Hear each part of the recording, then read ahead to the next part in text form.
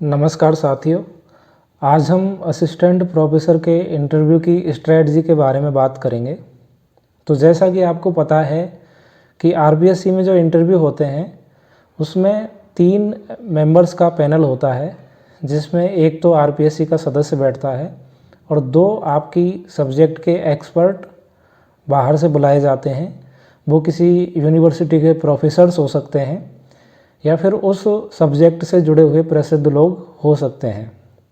RPSC में इस बार से टोकन सिस्टम लागू कर दिया है, जिसमें आपको एक टोकन उठाना होगा और उस टोकन में रैंडमली कोई भी नंबर आ सकता है। उस नंबर के आधार पर ही आपका इंटरव्यू बोर्ड डिसाइड होगा। अब इंटरव्यू के दौरान क्या प्रोसेस रहती है, कैसे आपको एंटर करना है, कैसे आपको परफॉर्म करना है, उन सब चीज़ों के ऊपर हम चर्चा करेंगे। तो सबसे पहले आप इंटरव्यू रूम में एंट्री करेंगे तो आपको बड़े आराम से गेट को खोलना है और गेट को खोलने के दौरान ही आपको अंदर आने की परमिशन मांगनी है। इसके बाद आप अंदर आकर के जहाँ पर चेयर रखी हुई है वहाँ पर खड़े हो जाएंगे, सभी का अभिवादन करेंगे। उसके बाद जब आपसे बैठने के लिए कहा जाता है तभी आपको चेयर पर बैठना है। ऐसा नहीं होना चाहिए कि आप सीधे ही जा कर के चेयर पर बैठ जाएं। जब आपसे चेयर पर बैठने के लिए कह दिया जाए तो आप सभी को थैंक्स कहेंगे और उसके बाद चेयर पर बैठेंगे। अब इंटरव्यू की शुरुआत होती है तो शुरुआत में बड़े ही सामान्य से प्रश्न आपसे पूछे जाते हैं। वो आपको कंफर्ट करने की कोशिश करते हैं। तो इसलिए जनरली जो शुरुआत है वो 10th 12th से होती है कि आपने 10th कब की, 12th कब की, कितने परसेंटेज रहे। इसके बाद ग्रेजुएशन से पूछते हैं कि ग्रेजुएशन में कितने परसेंटेज रहे, किस कॉलेज से ग्रेजुएशन करी है, किस वर्ष करी है, पीजी में कितने परसेंटेज रहे, पीजी किस वर्ष करी है, आपके जो पीजी में पेपर्स रहे हैं उनके क्या क्या नाम हैं, ये सब चीज़ें वो पूछते हैं। इसके बाद आप यह देख लें कि आपने यदि किसी कॉलेज या यूनिवर्सिटी से पढ़ाई करी है और उसके नाम में किसी प्रसिद्ध व्यक्ति का नाम जुड़ा हुआ है तो उसके बारे में आपको जानकारी होनी चाहिए। फॉर एग्ज़ाम्पल, जैसे आपने जयनारायण व्यास विश्वविद्यालय से अपनी पढ़ाई करी है तो आपको जयनारायण व्यास के बारे में पता होना चाहिए कि जयनारायण व्यास का जो राजनीति में क्या योगदान रहा है। इसके अलावा आप अपने नाम का अर्थ देख लें। आपके नाम से जुड़े हुए कोई 2-3 प्रसिद्ध व्यक्ति आपको पता होने चाहिए। आपका जन्म वर्ष है, उसके दौरान जो भी महत्वपूर्ण घटनाएं हुई हों जो आज तक याद करी जाती हैं वो आपको पता होनी चाहिए। इसके बाद आप अपनी तहसील की अच्छे से जानकारी रखें। आपकी तहसील किस लिए प्रसिद्ध है, कोई ऐसा प्रोडक्ट हो सकता है, कोई खनिज पदार्थ हो सकता है या फिर कोई स्मारक हो सकता है, कोई किला वगैरह हो सकता है, तो उसके बारे में आपको जानकारी होनी चाहिए। आपके डिस्ट्रिक्ट की डीप नॉलेज होना कंपलसरी है। यदि राजस्थान जीके में कोई प्रश्न पूछा जाता है और वहाँ पर आप सॉरी बोल देते हो तो ऐसी कोई नेगेटिव इमेज क्रिएट नहीं होती, लेकिन यदि आप अपने डिस्ट्रिक्ट से नहीं बता पाए तो ये आपके इंटरव्यू पर नेगेटिव इम्पैक्ट क्रिएट कर देगा। तो इसलिए यह ज़रूरी है कि आपको अपने ज़िले की हर छोटी बड़ी जानकारी होनी चाहिए। जैसे कि आपका ज़िला है, उसकी अक्षांशीय देशांतरीय स्थिति क्या है, उसका क्षेत्रफल कितना है, जनसंख्या कितनी है, लिंगानुपात कितना है, साक्षरता कितनी है।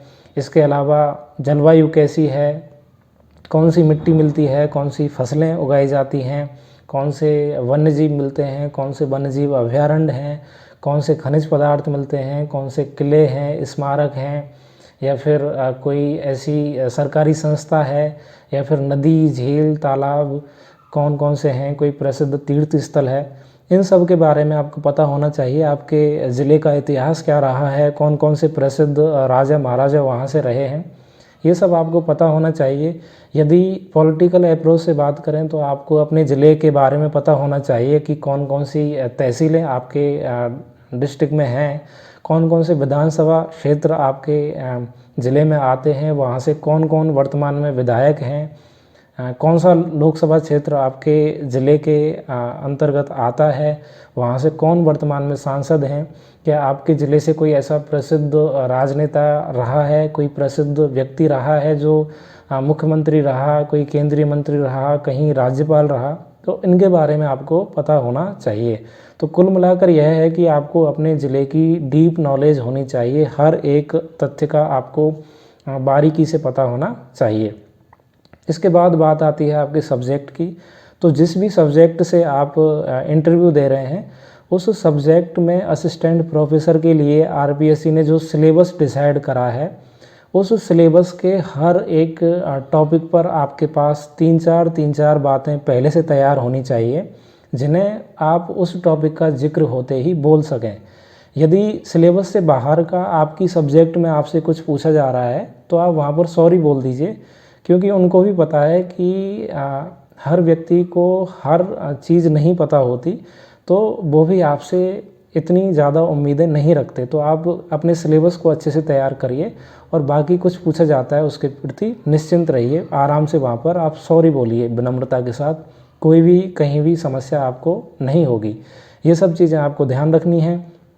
बोर्ड वर्क की बात कर लेते हैं। तो बोर्ड टीचिंग के लिए आपको मेरी सलाह यह रहेगी कि कम से कम 3 टॉपिक पहले से तैयार रखने हैं, क्योंकि ऐसा हो सकता है कि यदि आप किसी टॉपिक को पढ़ाना चाहें तो वो ये बोल दें कि ये टॉपिक तो हमने बहुत कैंडिडेट से पढ़ लिया, या फिर काफ़ी कैंडिडेट इसको पढ़ा चुके हैं, या फिर ये बहुत ही इजी किस्म का टॉपिक है, आप कोई नया टॉपिक पढ़ाइए। तो ऐसी स्थिति में आपके पास पहले से दूसरा टॉपिक तैयार हो। इसके अलावा यह भी हो सकता है कि वो अपनी मनपसंद का टॉपिक आपसे पढ़वाना चाहें, तो उसमें आप ये कर सकते हैं कि एक बार रिक्वेस्ट करके देख लें कि सर या मैम जो भी हों, कि मैंने अपनी तरफ से ये टॉपिक तैयार किया है, यदि आप परमिशन दे दें तो मैं अपनी पसंद का टॉपिक पढ़ाना चाहूँगा। इसके बाद यदि वो परमिशन दें तो ठीक, अन्यथा फिर आपको उनके हिसाब से ही पढ़ाना होगा। जो भी बता रहे हैं उसको अपने तरफ से बेस्ट करने की कोशिश कीजिए। इसके अलावा कुछ छोटी छोटी बातें हो सकती हैं जो हमें इंटरव्यू के दौरान ध्यान रखनी चाहिए। जैसे कि जब भी आप चेयर पर बैठेंगे तो आपको पीठ लगाकर नहीं बैठना है, सीधे बैठना है। आपके हाथ आपके घुटनों के पास होने चाहिए। बोलते समय हैंडशेक नहीं करना है।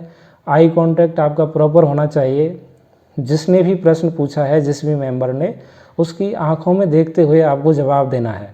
और आई कांटेक्ट के संदर्भ में आप 80-20 का रूल फॉलो कर सकते हैं। मतलब यह है कि आप 80% उस व्यक्ति की तरफ देख सकते हैं जिसने प्रश्न पूछा है, और 20% आप बाकी के मेंबर्स की तरफ देख सकते हैं। इसका क्या फ़ायदा है? इसका ये फ़ायदा है कि आप लगातार एक व्यक्ति की तरफ देखते रहेंगे तो उससे घूरने जैसी स्थिति हो जाती है। तो एक तो इससे आपको निजात मिलेगी। दूसरा, जो बाकी के मेंबर्स हैं उनको भी उपेक्षित का भाव नहीं आएगा। तो आप ये तरीका अपना सकते हैं। ये चीज़ें आपको ध्यान में रखनी है। और पूरे इंटरव्यू के दौरान आपका जो एक की फैक्टर रहेगा वो आपकी विनम्रता रहेगी। आपको पूरे इंटरव्यू के दौरान विनम्र रहना है। यदि कुछ आपको नहीं पता है या फिर किसी सवाल का जवाब आपको नहीं पता है, तो विनम्रतापूर्वक सॉरी बोलिए और ये भाव रखिए कि मुझे इसके बारे में नहीं पता है, लेकिन मैं इसके बारे में जानने की कोशिश करूँगा। तो ये अप्रोच आपको इंटरव्यू के दौरान रखनी है। आप इंटरव्यू के दौरान इन सब सावधानियों को रख कर जाएंगे तो मेरा विश्वास है कि आप इंटरव्यू में बेहतरीन प्रदर्शन कर पाएंगे। ये सब बातें मैंने अपने अनुभव से शेयर करी हैं। उम्मीद करता हूँ कि आपको इन सब बातों से अपने इंटरव्यू में हेल्प मिलेगी। धन्यवाद।